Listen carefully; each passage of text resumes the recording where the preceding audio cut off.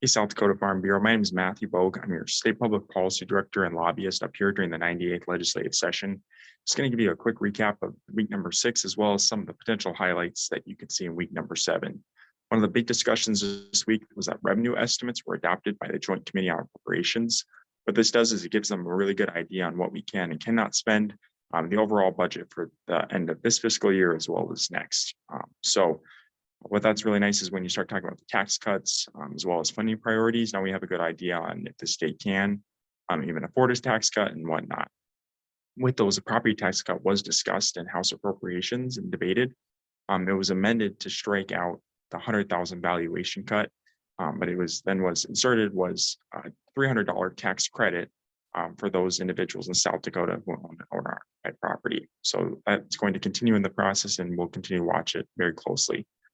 The other two tax cut proposals, the food sales tax cut, as well as the overall, that will be discussed next week. So definitely something to keep your eye on. In other news, though, we had the foreign ownership of ag land bill that was discussed in Senate Ag. It passed out of the committee, but with a lot of opposition from the agricultural organizations, as well as bankers, realtors, register of deeds, and economic development professionals. So President Vanderwall, he did come out and testify against the bill. We also appreciate all of you individuals who reached out to your senator. At this point, we still have more concerns than comforts, so we'll remain in opposition, but we encourage you to reach out to your senator over the weekend and urge them to vote no on Senate Bill 185. To conclude the week, though, we did have an ag nuisance law that made it out of Senate Judiciary. South Dakota Farm Bureau, as well as other ag organizations, supported this.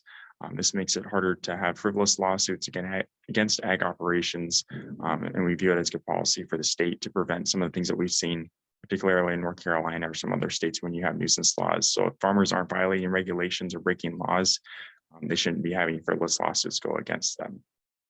So that's kind of a brief overview. If you guys have any questions, you can go to sdfarm.info. You can also reach out to myself if you have any questions.